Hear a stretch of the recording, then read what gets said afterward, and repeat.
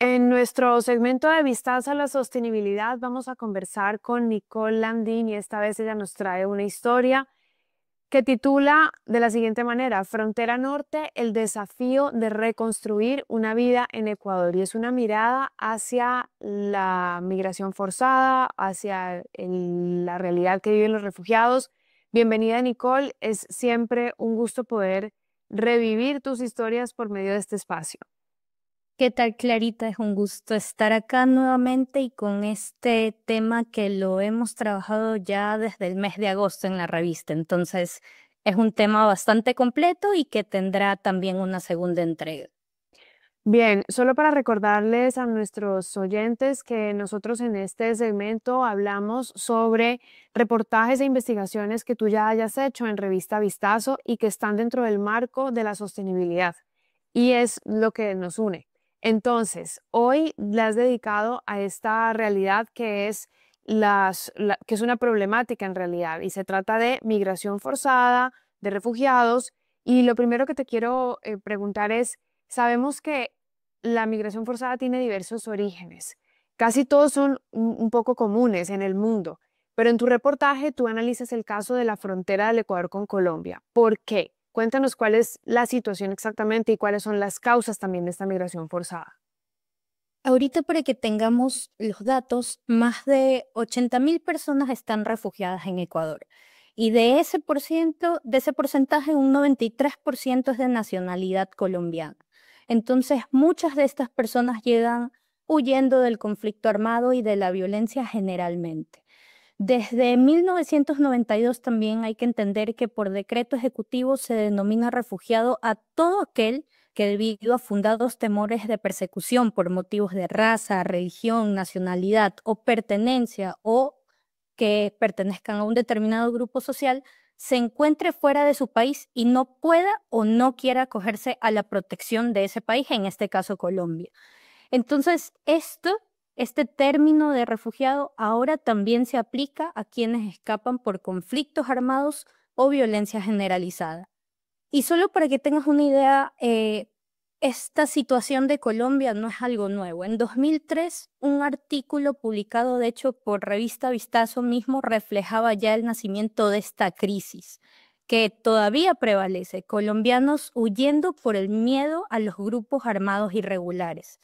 Y en apenas 3 años, en ese entonces, en el año 2000 hasta el 2003, hubo un incremento de casi el 50% de las solicitudes de refugio. Se disparó por completo este problema. Y aunque desde el 2018 ya la lupa se volcó de alguna manera al éxodo venezolano, ACNUR, que es la Agencia de la ONU para los Refugiados, alertó este año un incremento de colombianos que llegan a Ecuador en busca de protección.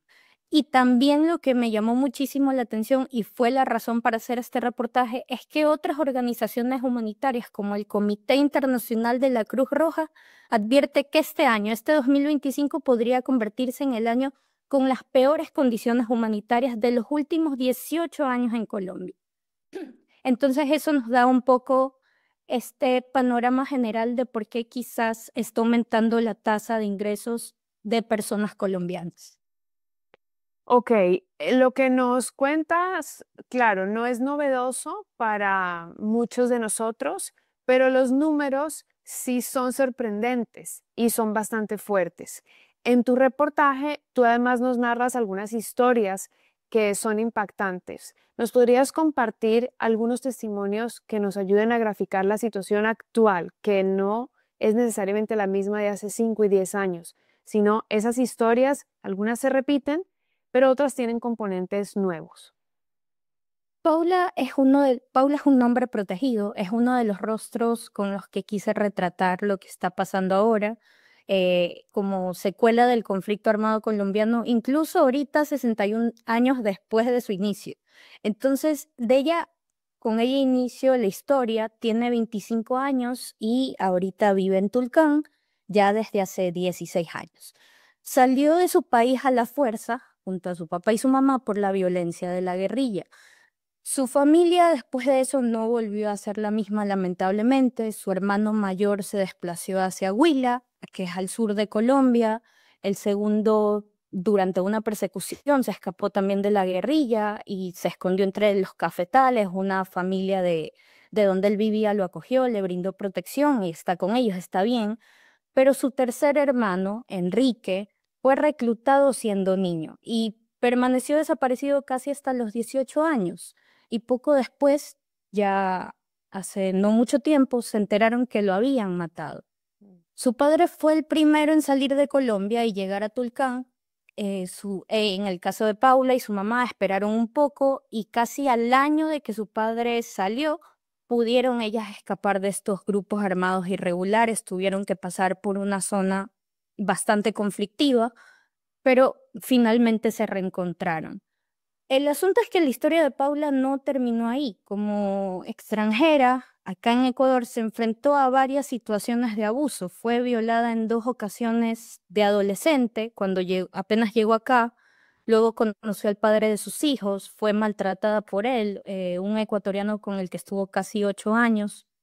Entonces, esta historia me impactó mucho porque nos demuestra que sí, quizás vienen escapando de la violencia, pero llegan acá, no solo a Ecuador, sino a otros países, y se encuentran con más situaciones de abuso precisamente por quizás esta vulnerabilidad que tienen de no tener su hogar, no tener un lugar fijo a donde ir, por el simple hecho de ser un extranjero, de no estar en tu tierra. Luego también tenemos otra historia, que es la historia de María, también nombre protegido. En su caso, su hermana fue la que salió primero de Colombia porque la estaban extorsionando. Su hermana tenía un negocio de helados. Pocos días después, María decidió mudarse a la casa de su hermana para cuidarla, para que esté todo bien, y empezó a recibir amenazas por WhatsApp de este mismo grupo armado irregular que amedrentó a su hermana. El grupo quería el paradero de su hermana, pero ella realmente no sabía y les decía eso, no sé dónde está. Luego llegaron advertencias más fuertes, le decían que le enviarían a sus hijos en fundas de basura. Ella desesperada puso la denuncia en la Fiscalía de Colombia y 2 días después a su nuera le entregaron un papel diciendo que tenían 28 horas para abandonar la casa o de lo contrario serían declaradas como objetivo militar y se llevarían a sus 3 hijos. Entonces, estas son historias o son parte de las historias que nosotros, el equipo periodístico de Vistazo, pudo recabar en Frontera Norte. Fuimos a la parte de Tulcán y Lago Agrio y lamentablemente son un común denominador. La salida por violencia, por amenazas, por extorsiones. Mm, Es impresionante lo que nos cuentas, ¿no? Pero lo más impresionante no es solamente saber que el caso de Paula y de María son únicos, sino que estos se repiten en decenas y en cientos de casos, como tú nos lo planteaste en el reportaje, reconociendo que las cifras son altísimas. Entonces, podríamos decir qué pena con Paula y qué triste con María, pero la verdad es que son historias cotidianas para las personas en esta situación. Ahora, no sé si de repente con estos personajes que pudiste hablar, lograste entender también cómo son las condiciones al cruzar la frontera, porque una cosa es decir, me voy del país y lo planifico en 3 meses, y otra cosa es que te manden una hoja y te digan tienes 24 horas para irte de aquí. Entonces, tal vez tienes detalles de cómo lo hacen, a dónde llegan. Sí, generalmente estas personas cruzan frontera, sí lo hacen en autos, hacen ciertos tramos caminando. Cabe recalcar que el puente Rumichaca, que es el principal paso fronterizo entre Ecuador y Colombia, ubicado en Carchi, en Tulcán, está habilitado, se encuentra abierto, habilitado formalmente, las personas pueden cruzar con sus documentos. Pero ¿qué pasa? Durante nuestra visita, en los testimonios y también en ciertos lugares que estuvimos pasos irregulares, constatamos que estos grupos armados irregulares le meten miedo a algunas personas y les dicen que el puente Rumichaca, en el puente los van a detener o incluso que les van a confiscar sus papeles o que no los van a dejar entrar acá a Ecuador. Y con este miedo que les hacen tener, les ofrecen paquetes de movilización. Se estima, solo para que tengas una idea, que en Carchi existen más de 50 cruces informales o trochas que fueron abiertas y principalmente por redes de trata y de tráfico. Entonces, les venden estos supuestos paquetes de movilización pero muchos no se llegan a concluir. Entonces, el acuerdo es, por lo que estimamos y por lo que recabamos la información, es cobrar a estas personas entre 100 y $120 para trasladarlos. Por ejemplo, desde Cúcuta, Colombia, hasta Huaquillas, que es la frontera con Perú. Este trayecto tarda casi 42 horas en vía terrestre, pero como te decía, esa promesa no siempre se cumple. Una fuente protegida nos mencionó que las personas, mejor de los casos, son abandonadas a su suerte a pocos metros de los pasos irregulares, pero en otros casos no es así, las retienen y son víctimas de trata y de tráfico. También luego están los que llegan al Lago Agrio en sucumbíos y generalmente cuando una persona llega, ACNUR trata de atender a la mayor cantidad de migrantes y refugiados posible, entonces evalúa su situación y puede derivarla a un albergue. Uno de estos albergues es Causarina Huasi, que es administrado por la Fundación Teravita. Allí dan alojamiento temporal, comida, brindan acompañamiento psicológico. Y este tipo de albergues que trabaja con ACNUR están distribuidos en varias zonas del paso fronterizo. Entonces, te podría decir que quizás en el mejor de los casos, si las personas llegan directo con ACNUR, pueden buscar ubicarse durante unos días. Ok, es unos días, pero luego, ¿qué implica ser un refugiado cuando ya no puedes volver a tu patria y tienes que continuar en este nuevo país? ¿De dónde surge la estabilidad? ¿Hay estabilidad? ¿Cómo es su situación legal? La búsqueda de ingresos. ¿Qué pudiste reconocer ahí? También hablando con la ACNUR, que son quienes les brindan el apoyo sobre la información de sus posibilidades, ¿no? Hay que entender que estas personas, como lo hemos hablado, huyen de la persecución o de situaciones de violencia. Entonces, no es que están decidiendo si se van a otro país a estudiar o trabajar. En estos casos, por alguna razón insostenible, salen en ese momento.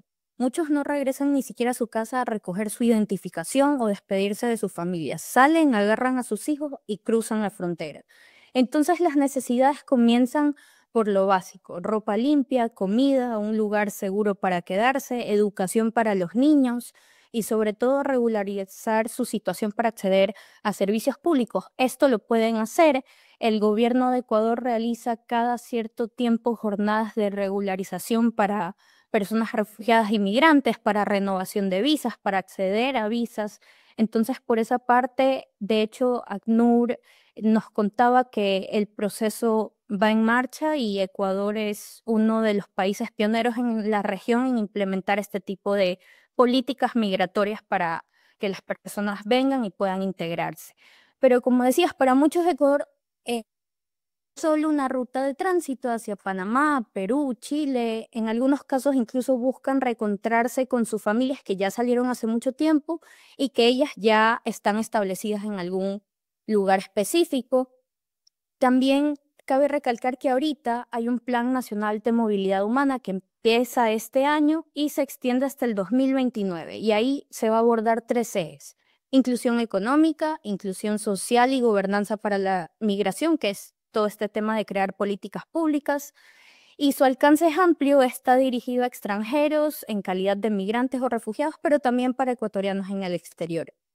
Y te cuento que tendremos, como te mencioné, esta segunda entrega de este reportaje donde ahí hablaremos precisamente del tema de inclusión económica, pero te adelanto que las oportunidades para estas personas establecerse y generar ingresos generalmente las hacen a través del emprendimiento.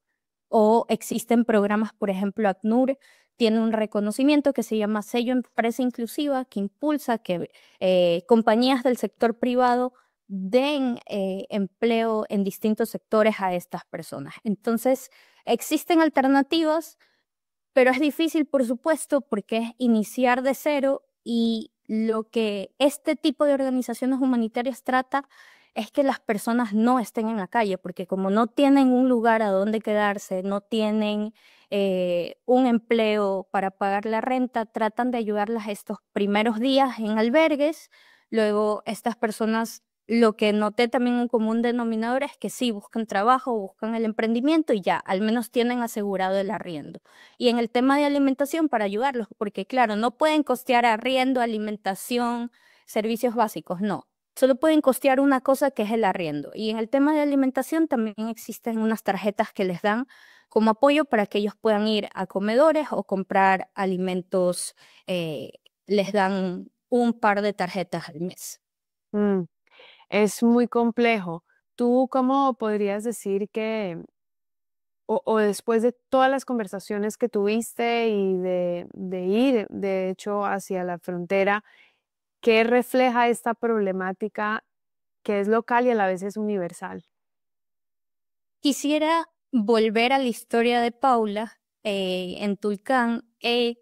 Conocerla a ella básicamente nos enseñó y nos resumió la fuerza de miles de refugiados que, pese a que lo han perdido todo, siguen apostando y quieren continuar con su vida. Ella, por ejemplo, aprendió a reconstruirse de este miedo. Hoy vive en un lugar seguro junto a sus hijos, estudia comercio exterior y aduanas, ella sueña con graduarse para apoyar a otras personas que como ella en su momento tuvieron que empezar desde cero, lejos de casa, para apoyar a otras personas refugiadas. Entonces lo que te diría y parte de la reflexión es que debemos de ser más empáticos. Hay que entender que estas personas no vienen a Ecuador porque quieren o porque hay muchos prejuicios alrededor de este tema, ¿no? Hay muchos comentarios que dicen, no, pero vienen a quitarle quizás empleo a los ecuatorianos. No es así, esas personas están tratando de ganarse el pan de cada día, están tratando de sobrevivir y acaban de, en muchos casos, sufrir violaciones, abusos, reclusiones de sus propios hijos, de sus esposos. Esa es otra cosa que nos decía ACNUR. Hay muchas madres de familia que salen con sus hijos, pero sus esposos se quedan reclutados y quizás nunca los vuelvan a ver porque los van a matar. Entonces hay que ser un poco más empáticos en esa parte. Y otra cosa es la atención en frontera. Son zonas que generalmente quedan rezagadas. El gobierno está ahí. Para la próxima entrega también tendremos una entrevista eh, con el grupo, con las fuerzas militares de Colombia que nos van a detallar más de cómo es este control que hacen entre ambos países para estos pasos y para precautelar la seguridad de las personas. Qué interesante este tema, Nicole, y qué bueno que tengas una segunda parte para poder conocer más detalles sobre una problemática que la vemos, que la vimos en las calles, pero la vemos en el otro, no la vemos casa adentro. Y por eso creo que tu reflexión más importante hoy es sobre esa mirada empática, sobre entender que el que está allá afuera, en la calle, seguramente se ha trasladado kilómetros y kilómetros y kilómetros sin poder acceder a un baño limpio, a agua limpia, a alimentación y con niños que no están accediendo a lo más importante que es a salud y educación. Así que te agradezco por compartirnos este reportaje que has hecho y cuéntanos dónde lo podemos ver y también qué otros temas interesantes están en la última edición de la revista Vistazo. Este reportaje está en la reciente edición de la revista que ya está en percha. Lo pueden encontrar en varios locales de autoservicios y de temas tenemos todo un repaso de la consulta popular, lo que se viene, que es este domingo. También tenemos un especial súper interesante de salud, donde aborda temas de quimioterapias en niños, el uso de inteligencia artificial ya acá en el país y, por supuesto, nuestras otras secciones como gente y cultura, que hay perfiles súper interesantes de ecuatorianos destacados, no solo aquí, sino también en el exterior. Bueno, Nicole, muchísimas gracias. Siempre es un gusto poder conversar contigo. Si quieres dejar tu correo electrónico o alguna red social donde alguien te pueda seguir o contactar, por favor hazlo. Sí, me pueden contactar a nlandin@vistazo.com. Excelente. Gracias, Nicole, por estar aquí y nosotros continuamos con más de Nuestra Lupa.